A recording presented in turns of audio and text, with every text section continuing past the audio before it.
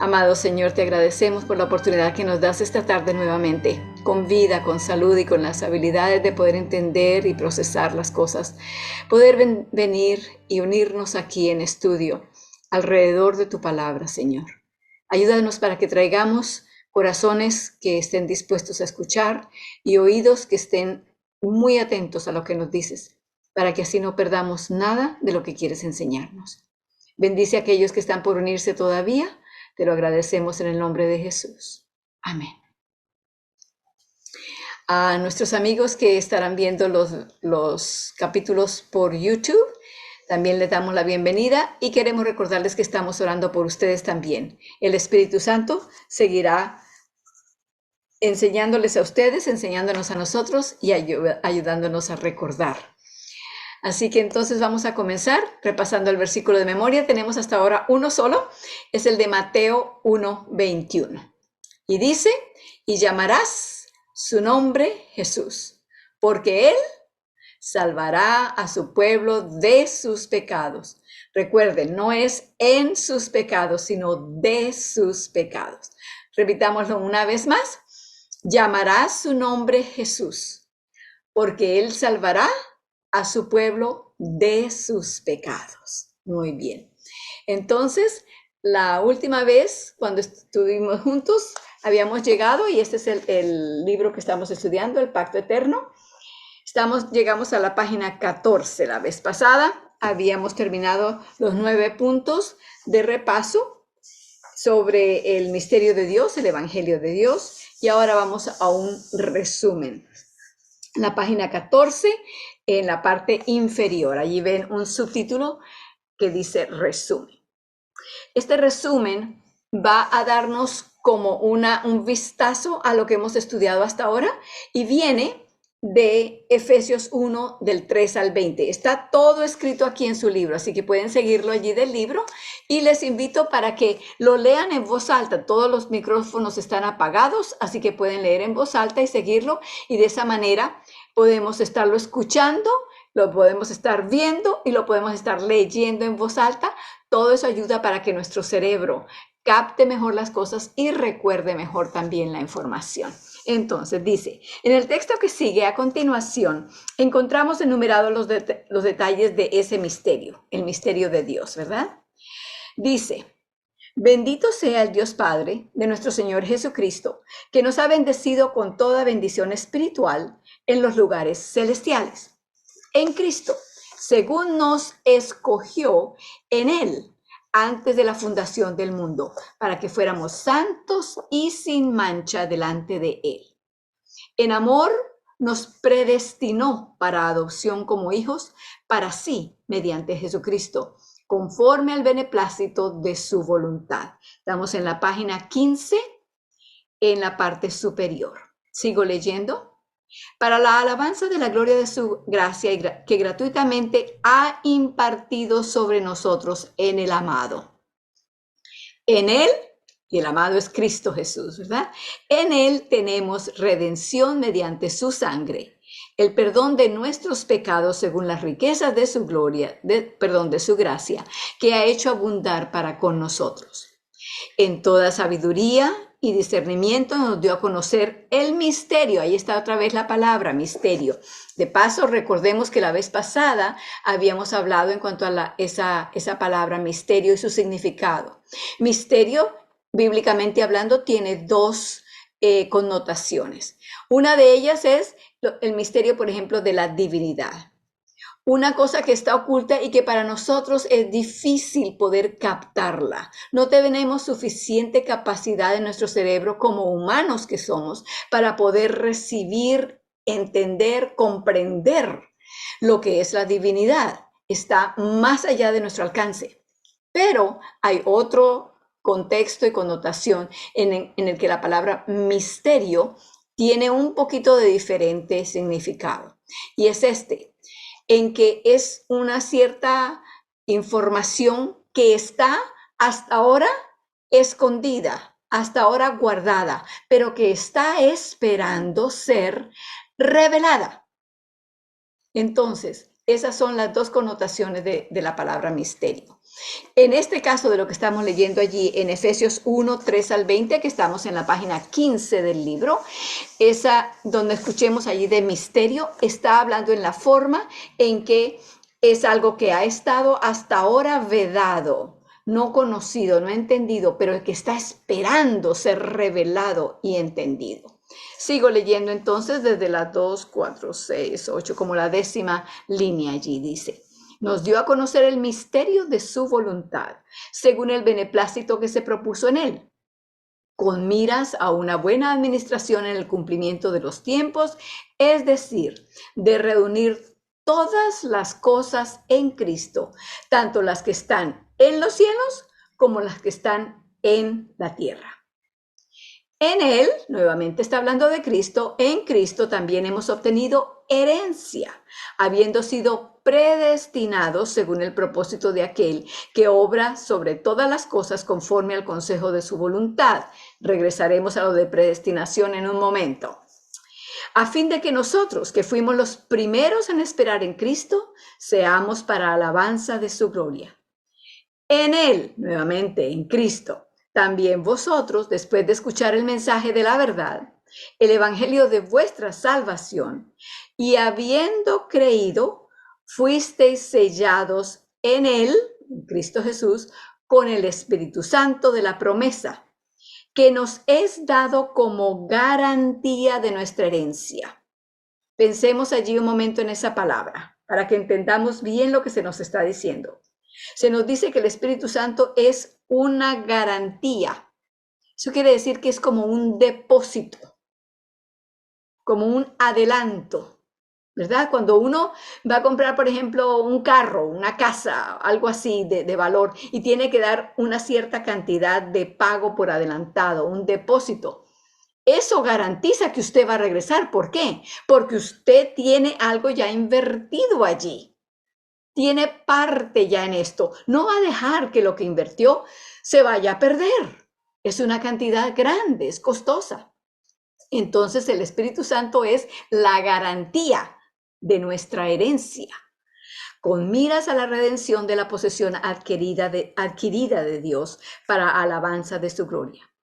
Por esta razón también yo, habiendo oído de la fe en el Señor Jesús que hay entre vosotros y de vuestro amor para todos los santos, no ceso de dar gracias por por vosotros, haciendo mención de vosotros en mis oraciones, pidiendo que el Dios de nuestro Señor Jesucristo, el Padre de gloria, os dé espíritu de sabiduría y de revelación en un mejor conocimiento de Él. Ahí está parte de lo que hemos hablado del misterio, ¿verdad? Pablo está pidiendo que Dios nos dé entendimiento, sabiduría, para que podamos entender esas cosas que no se hayan entendido todavía o que no las hayamos entendido completamente aún. Sigue diciendo, mi oración es que los ojos de vuestro corazón sean iluminados, para que sepáis cuál es la esperanza de su llamamiento, cuáles son las riquezas de la gloria de su herencia, nuevamente allí tenemos ese término también, en los santos, y cuál es la extraordinaria grandeza de su poder para con nosotros, los que creemos, conforme a la eficacia de la fuerza de su poder, el cual obró en Cristo cuando le resucitó de entre los muertos y le sentó a su diestra en los lugares celestiales. Como dijimos, esto viene de Efesios 1, 3 al 20. Quiero que regresemos a los primeros versículos y no lo vamos a hacer de aquí directamente, sino que por favor abran sus Biblias, porque quiero que ustedes subrayen o denoten de alguna manera 3 términos de algo que representa una gran herencia ya. No es esa la herencia de la cual está hablando allí, pero ya tiene para nosotros un significado mucho más profundo que lo que las palabras que podemos leer así por encima la primera vez y pasar una sola vez como volando por encima, ¿no? Vamos a verlas más de cerca. Vamos a ver los versículos 4, 5 y 6.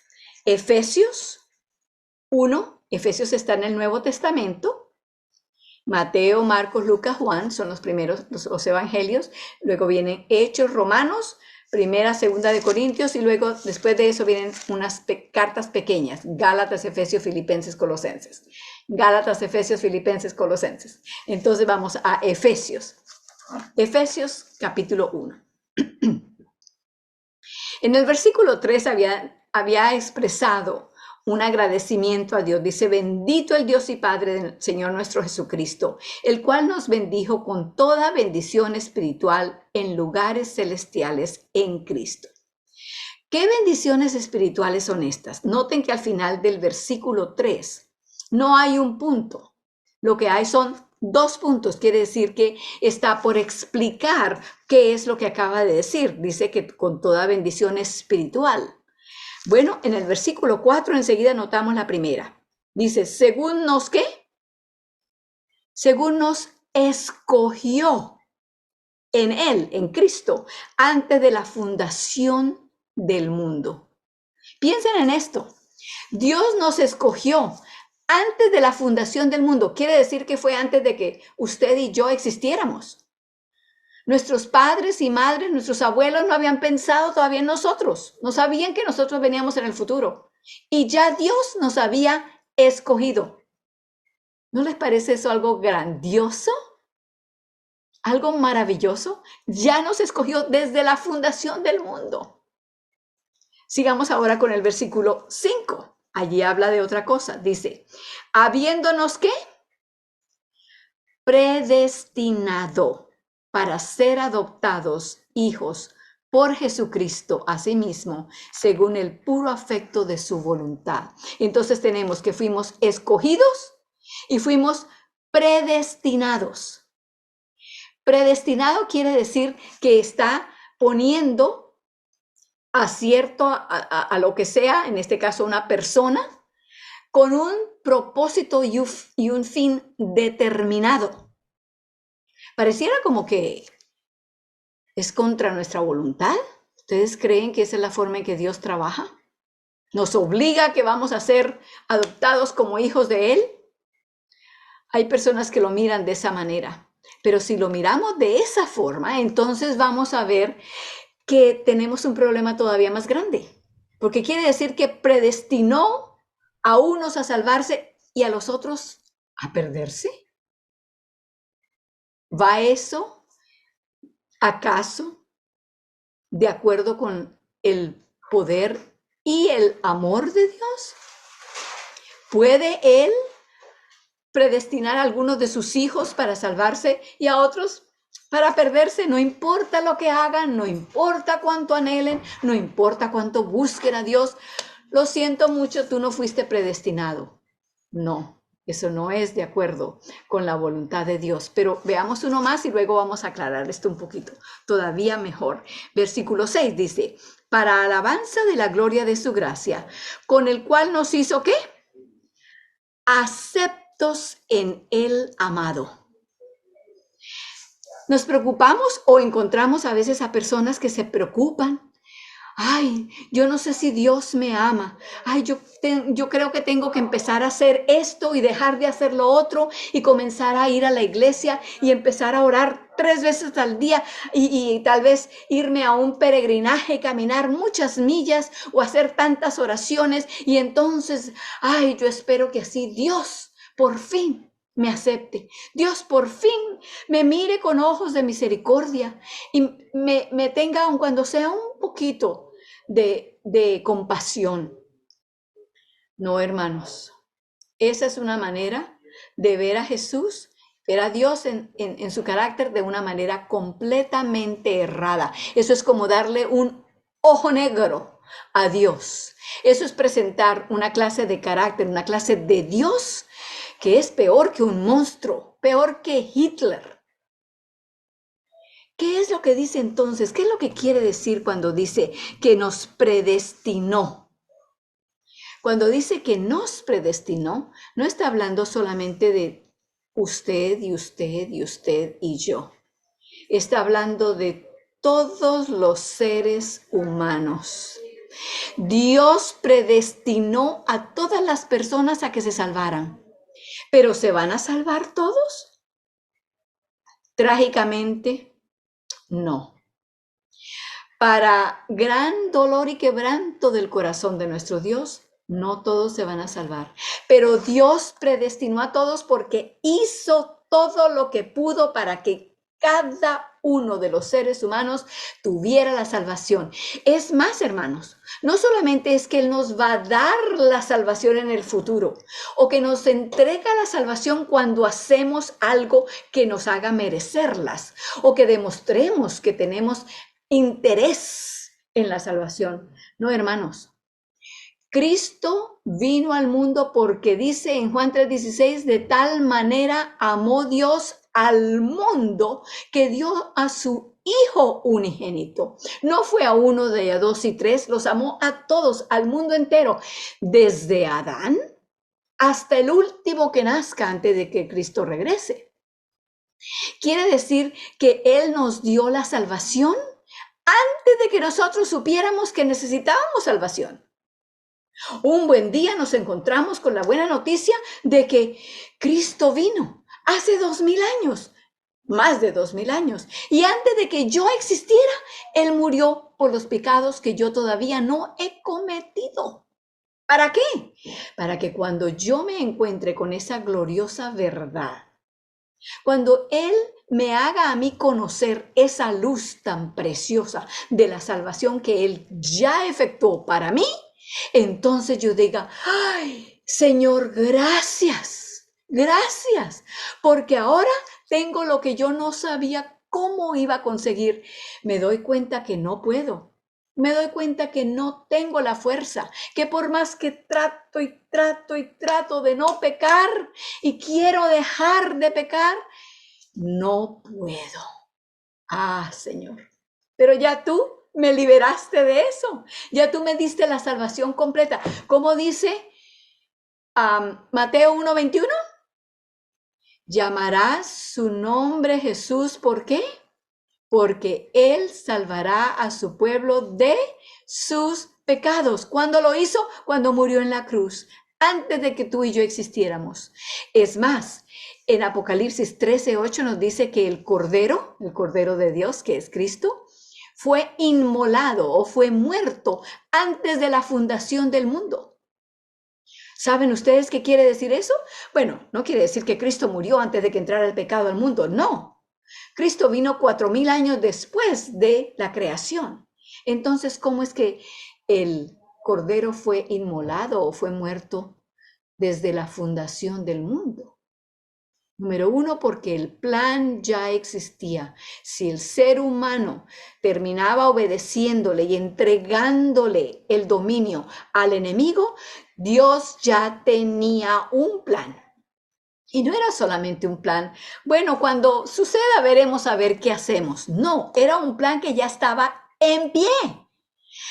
Tan en pie, hermanos, que cuando Adán y Eva pecaron, deberían haber caído muertos en ese mismo instante. ¿Por qué no murieron?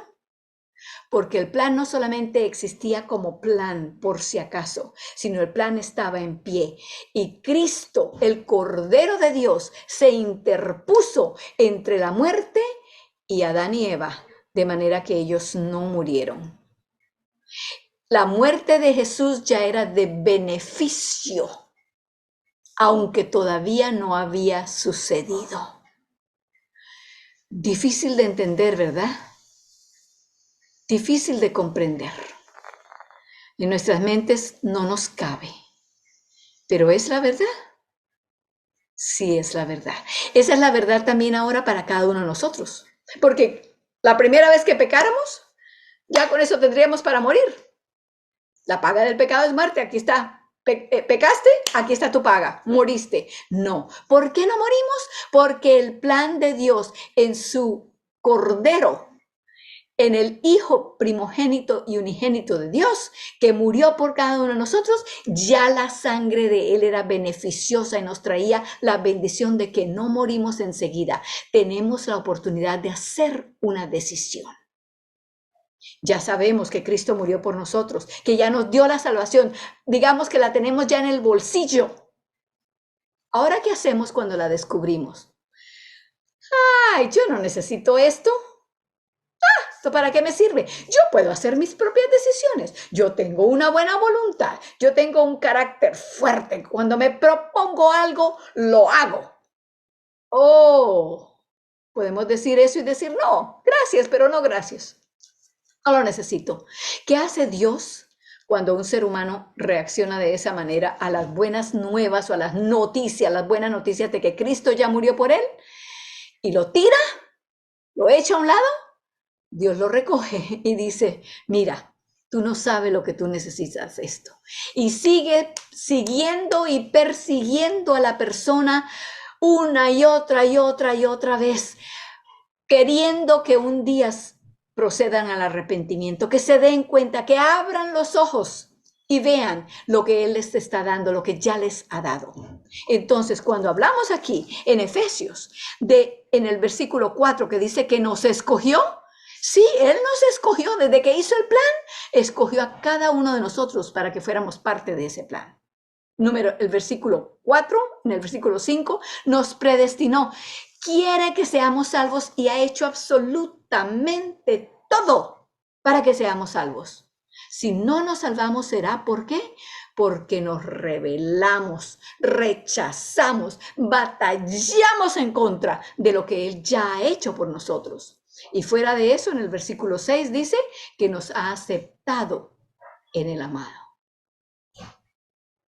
¿Son buenas noticias o son buenas noticias? Porque verdaderamente esa es la única opción que hay. Son buenas noticias desde el principio hasta el final.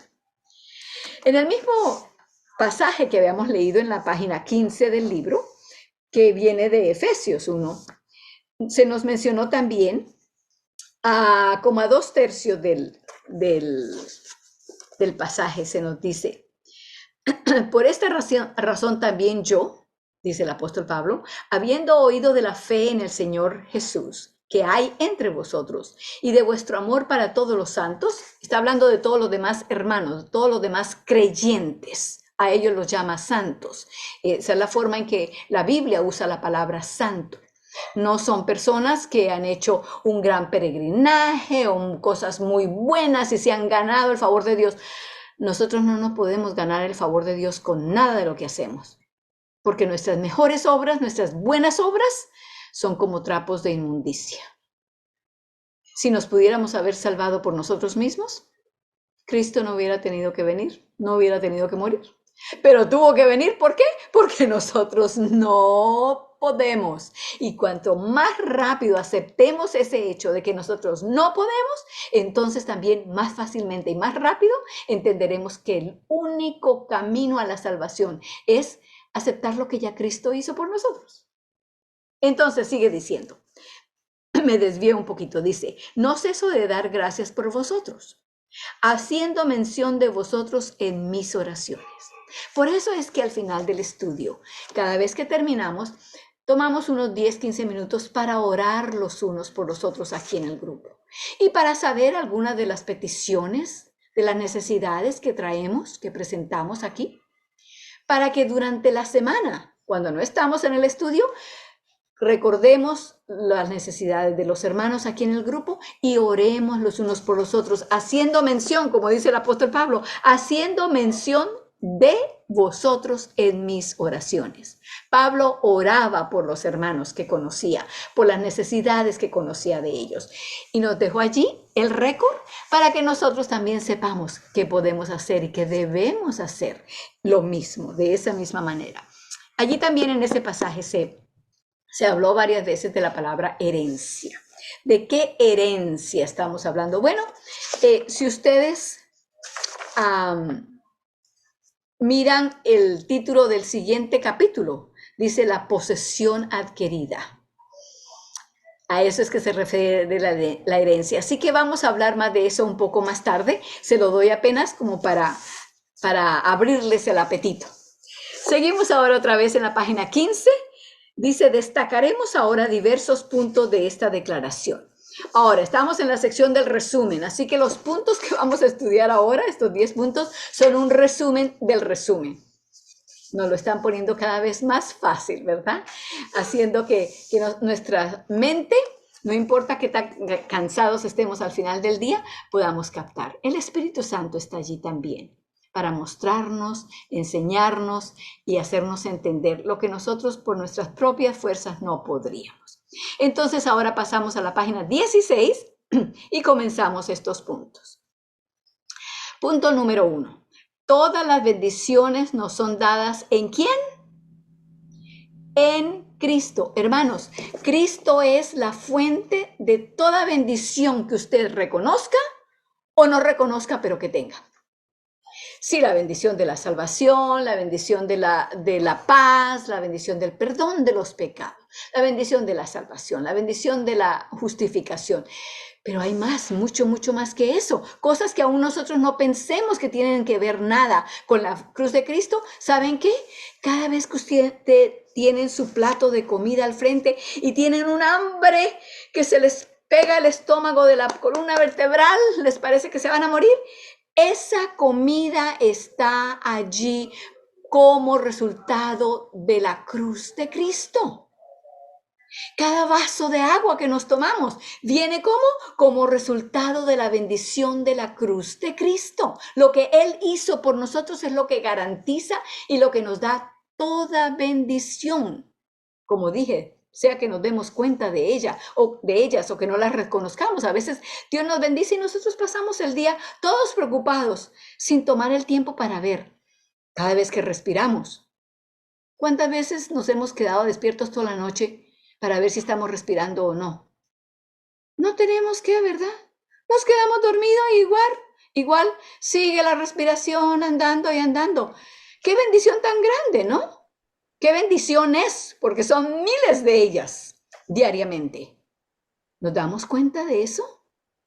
La sangre sigue corriendo por nuestras venas y el corazón sigue bombeándolas.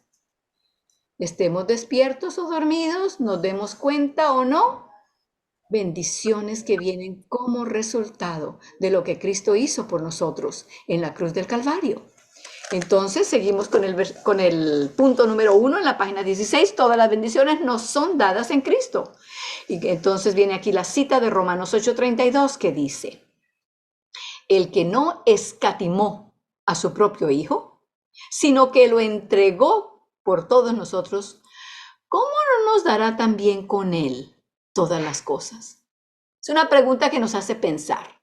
Dice, pónganse a pensar ustedes, razonen. Si Dios no escatimó, no tuvo por encima, no tuvo miedo, ni tuvo, ni trató de retener a Cristo, siendo lo más precioso, lo más amado que tenía, lo dio a Cristo enteramente. Después de haber dado a Cristo, ¿qué ahora va a decir? No, esa bendición sí no la puede tener. Yo le di a mi hijo su vida entera por usted, pero esto sí no se lo puedo dar. Si no escatimó a su hijo, ¿qué más? ¿Qué más entonces no nos va a dar junto con él? Versículo no, punto número 2. Ese don de todas las cosas en Cristo es congruente con el hecho de que nos escogió desde la fundación del mundo. Recuerdan que allá lo vimos en los versículos 4, 5 y 6, ¿verdad? Nos escogió desde la fundación del mundo a fin de que en Él, en Cristo, pudiéramos obtener santidad. ¿Nos preocupamos? ¿Qué debo hacer? ¿Qué tanto debo tratar para ser santos? ¿Para ser santo o santa? Dios ya nos escogió, Dios ya tiene la manera y es Dios el que nos hace santos. Solamente el que es santo nos puede hacer santos a nosotros. Voy a repetir eso. Solamente Dios, que es santo, puede hacernos santos. Así que no tratemos de hacernos santos a nosotros mismos. No podemos. Tendríamos que ser santos primero para poder hacernos santos y eso no existe, ¿verdad? Una incongruencia. Seguimos. Dios no nos ha puesto para ira, sino para alcanzar salvación por medio de nuestro Señor Jesucristo. No nos ha puesto a ira, ¿por qué? Porque nos ha dado la libertad de escoger. Si nosotros terminamos siendo destruidos en el final, Cuando el pecado y los pecadores y todo el pecado y sus resultados se acaben, Dios termine con todo, la persona que sea destruida ese día tendrá que haberlo hecho batallando, peleando, guerreando contra el poder más grande e infinito del universo. Es de la única forma que nos podemos perder. Nuevamente digo, tristemente, muchos lo harán, porque hasta el último momento irán en contra de Dios y en contra del plan que Él tiene para sus vidas. Él quiere que vivan, pero ellos dicen, no, yo no quiero vivir así, yo quiero vivir como a mí me dé la gana, como yo desee. Primero yo, segundo yo y tercero yo también. Nadie me tiene que venir a decir a mí qué tengo que hacer. Y bajo esa condición, entonces la persona se revela, rechaza, echa a un lado y resiste hasta que termina muriendo. Destruida, simplemente porque no quiso, se rehusó a recibir lo que Dios gratuitamente y con tanto amor le daba. Punto número 3. En esa elección, el destino elegido para nosotros es que fuésemos hijos. ¿Cuántos? Todos hemos sido elegidos para ser hijos. ¿Seremos todos hijos? Lastimeramente no, porque nos revelaremos, algunos lo harán así. Espero y pido a Dios que ninguno de nosotros aquí estemos en ese número. Punto número 4. De acuerdo con eso, nos aceptó en el amado. Nos aceptó en el amado. Eso está en el versículo número 6. Hay ciertas versiones que no tienen esas palabras dichas de esa manera. Por eso quería que fuéramos a nuestras Biblias directamente. La versión que se usó aquí dice, para alabanza de la gloria de su gracia que gratuitamente ha impartido sobre nosotros en el amado. La gracia se impartió, se nos dio por medio del amado. Así que sí, la gracia es la única forma en que Dios nos acepta, pero no lo dice tan claro como lo dicen otras versiones. La traducción es un poco más clara. En el amado tenemos redención por su sangre. Ese es el punto número 5. Luego, el número 6. Todo ello es la forma de darnos a conocer el misterio. Ahí está otra vez la palabra. ¿Cuál es el misterio? Es la revelación de algo que no se entendía bien, que no conocíamos, pero que está lista para ser revelada. Todo ello para darnos a conocer el misterio. ¿Cuál es el misterio? En el cumplimiento de los tiempos reuniría todas las cosas en Jesucristo, tanto las que están en los cielos como las que están en la tierra. ¿Y no es eso lo que esperamos, hermanos? El día cuando Jesús regrese, nos lleve al cielo y entonces acabe con todas estas cosas que ahora son las consecuencias de nuestro pecado y podamos ser parte, una unidad con la familia celestial. Ese es el misterio y ese es el plan que Él tiene para cada uno de nosotros. Punto número 7. Siendo ese el firme propósito de Dios, se deduce que en Cristo hemos obtenido ya una herencia, puesto que Dios hace que todas las cosas obren según el propósito de su voluntad. Número 8. Todos los que creen en Cristo serán sellados ¿cómo? Con el Espíritu Santo, al que se llama Espíritu Santo de la promesa, por ser la seguridad de la herencia prometida. Como dijimos antes, es como la aseguranza, como el depósito, es la garantía. De paso les digo lo siguiente, allí se ve, nomás en ese punto, y no está hablando de ese tema en el momento, pero en este punto pequeñito vemos la importancia del Espíritu Santo. Porque por medio del Espíritu Santo es que somos sellados para la salvación. Así que si nos deshacemos del Espíritu Santo, estamos deshaciéndonos también del modo en que vamos a ser sellados, en que podemos ser sellados. Tengamos cuidado con eso. Punto número 9. Ese sello del Espíritu Santo es la prenda de nuestra herencia hasta la redención de la posesión adquirida.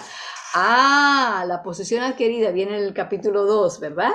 Seguimos. No entristezcáis al Espíritu Santo de Dios, con el cual fuisteis sellados para el día de la redención. Efesios 4:30. Y el punto número 10, los que tienen el sello del Espíritu saben cuáles son las riquezas de la gloria de su herencia. Significa que la gloria de la herencia futura se hace ahora suya mediante el Espíritu. Sí, es cierto que todavía no estamos viviendo en un lugar donde no haya pecado, donde no haya las consecuencias y la penalidad del pecado. Todavía eso existe aquí donde vivimos.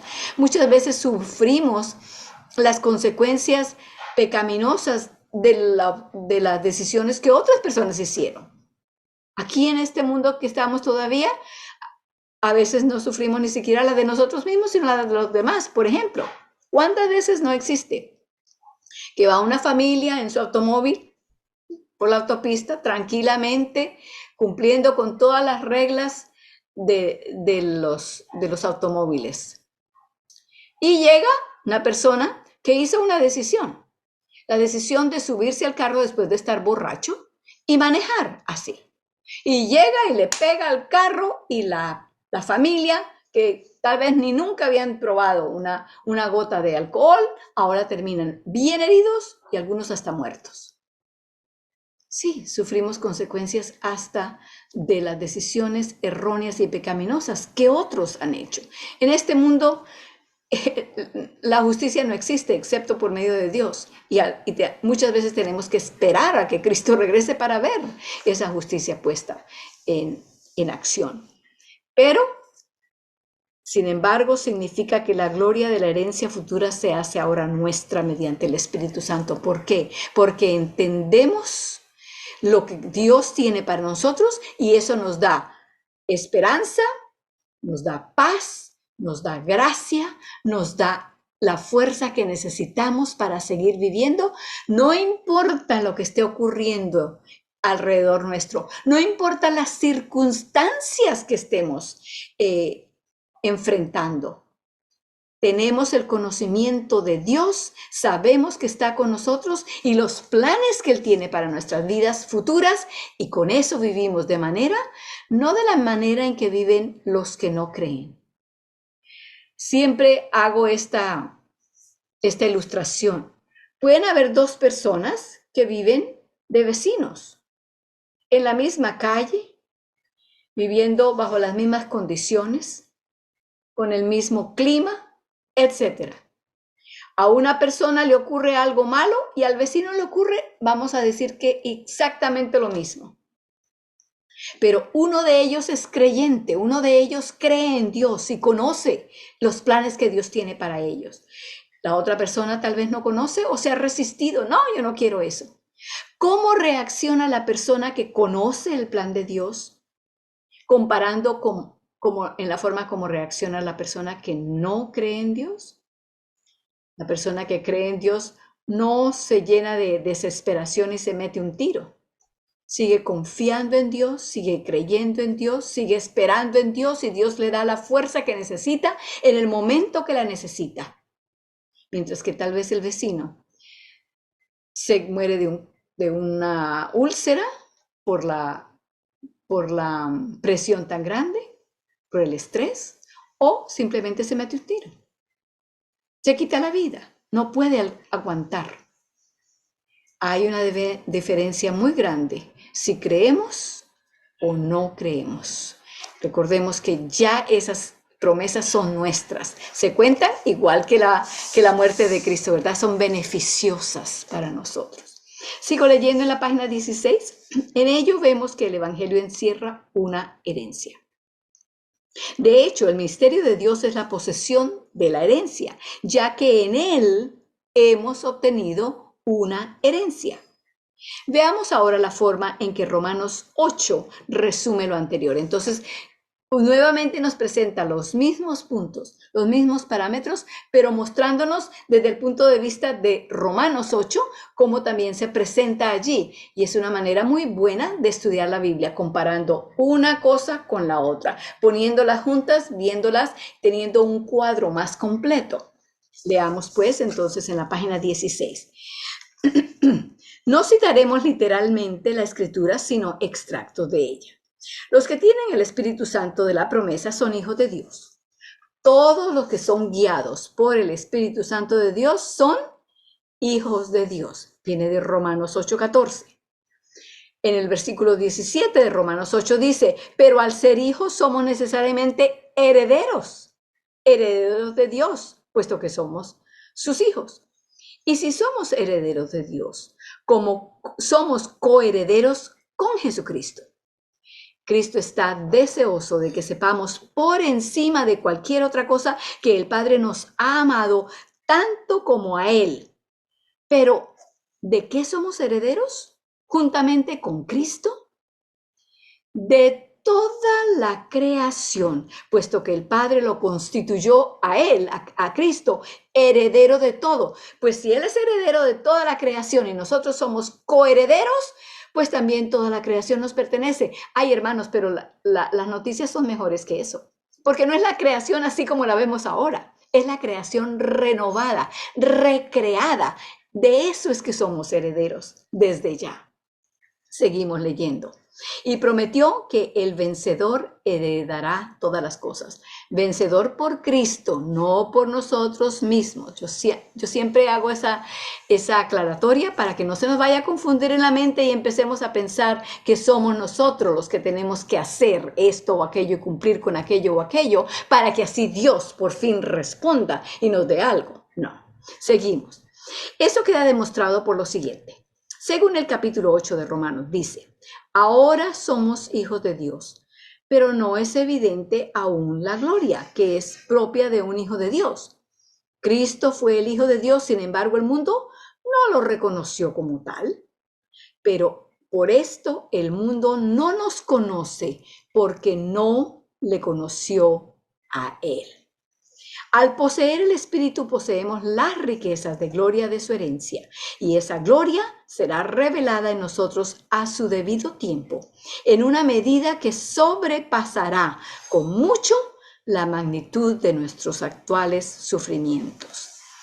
En Primera de Juan 3:2, Primera de Juan está al lado de Apocalipsis, así que este es fácil de conseguir. Primera de Juan. Está Judas y echen una página más para atrás y ahí está Primera de Juan. Primera de Juan 3:2 nos dice todavía aún más que lo que dice 3:1. Dice en el 3:2, muy amados, ahora somos hijos de Dios y aún no se ha manifestado lo que hemos de ser. Pero sabemos que cuando Él apareciere, seremos semejantes a Él porque le veremos como Él es. Entonces, la herencia que tenemos es no solamente de la creación, sino de ser exactamente como Él es. ¡Qué herencia tan grande! Luego vamos a Romanos 8:18. Si ahora de para atrás, Romanos es más bien un libro grandecito, así que tal vez no se demoran mucho en encontrarlos. Romanos 8:18. ¿Qué nos dice allí? Que vamos a tener una gloria que será revelada, que va a ser todavía más grande que todos los sufrimientos actuales que hayamos tenido. Romanos 8:18. ¿Qué nos dice? Porque tengo por cierto que lo que en este tiempo se padece no es de comparar con la gloria venidera que en nosotros ha de ser manifestada. Sí, es cierto que hay veces, hay personas, hay familias, hay países que tienen situaciones muy terribles, muy difíciles. Y hay familias que desde que nacen hasta que se mueren no tienen sino un camino difícil, dificultoso, de dolor, de problemas, de grandes tribulaciones. Pero aún así, se nos dice que las glorias venideras no van a tener ni comparación Aunque hayamos sufrido grandemente, las glorias venideras van a ser todavía más grandes. No se pueden ni comparar las unas con las otras. Ahora seguimos en la página 17, ya estamos por terminar. Porque el anhelo ardiente de la creación es aguardar la manifestación de los hijos de Dios. La creación fue sujetada a vanidad, no por su propia voluntad. ¿Verdad que no fue por su propia voluntad? Los pajaritos no escogieron pecar. Las flores no hicieron la decisión de pecar contra Dios. Sin embargo, los pajaritos mueren y las flores mueren y los árboles mueren y todo muere por la decisión que nosotros tomamos. Sigamos, porque aquí la recreación, el volver a ser, no es solamente para nosotros, sino por causa del que la sujetó en esperanza. Por tanto, la creación misma será libertada de la esclavitud de corrupción a la libertad gloriosa de los hijos de Dios. Sabemos que toda la creación gime a una y que aún está con dolores de parto hasta ahora. Y no solo ella, sino que también nosotros mismos que tenemos las primicias del Espíritu, nosotros también gemimos dentro de nosotros mismos, esperando la adopción, la redención de nuestro cuerpo. Romanos 8, 19 al 23. El hombre fue hijo de Dios por creación. Pero, si quieren subrayar algo, esto está muy bueno para subrayar. El hombre fue hijo de Dios por creación, pero por el pecado vino a ser hijo de ira, hijo de Satanás, a quien rindió obediencia en lugar de rendírsela a Dios. Mediante la gracia de Dios en Cristo, aquellos que creen son hechos hijos de Dios y reciben el Espíritu Santo. Resultan así sellados como herederos hasta la redención de la posesión adquirida. Toda la creación es la posesión adquirida, la cual espera su redención cuando sea revelada la gloria de los hijos de Dios. Seguiremos con el estudio del Evangelio, dedicando particular atención a lo que incluye la posesión adquirida. La herencia que tenemos todos. Continuaremos entonces la próxima vez. Marquen sus libros, donde terminamos ahora. Comenzaremos con el capítulo número 2 la próxima vez. Les invito a que nos pongamos de rodillas para terminar con una oración.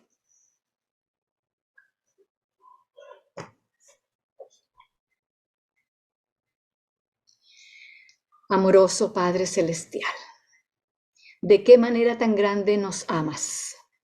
¿Y de qué forma tan complicada, compleja, y lo sigues buscando por un lado y por otro para hacernos entender que tú nos amas, que tú no tienes nada contra nosotros, que tú no nos estás buscando solamente para castigarnos, no, nos buscas porque nos amas con toda el alma. Señor, perdónanos por no haberte entendido. Perdónanos por haberle creído al enemigo. Él quiere hacernos creer que tú lo que quieres es destruirnos. Que tú no puedes amarnos porque nosotros pecamos contra ti, así que tú tienes que estar muy enojado con nosotros. No, esas son las mentiras, la decepción del enemigo que quiere que entendamos así para que tengamos un concepto errado de tu reputación, de tu amor tan eterno con el cual nos has amado.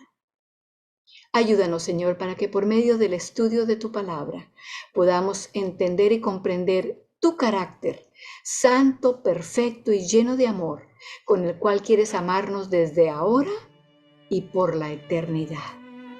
Te pedimos y te agradecemos estas bendiciones en el nombre bendito de Cristo nuestro Salvador. Amén.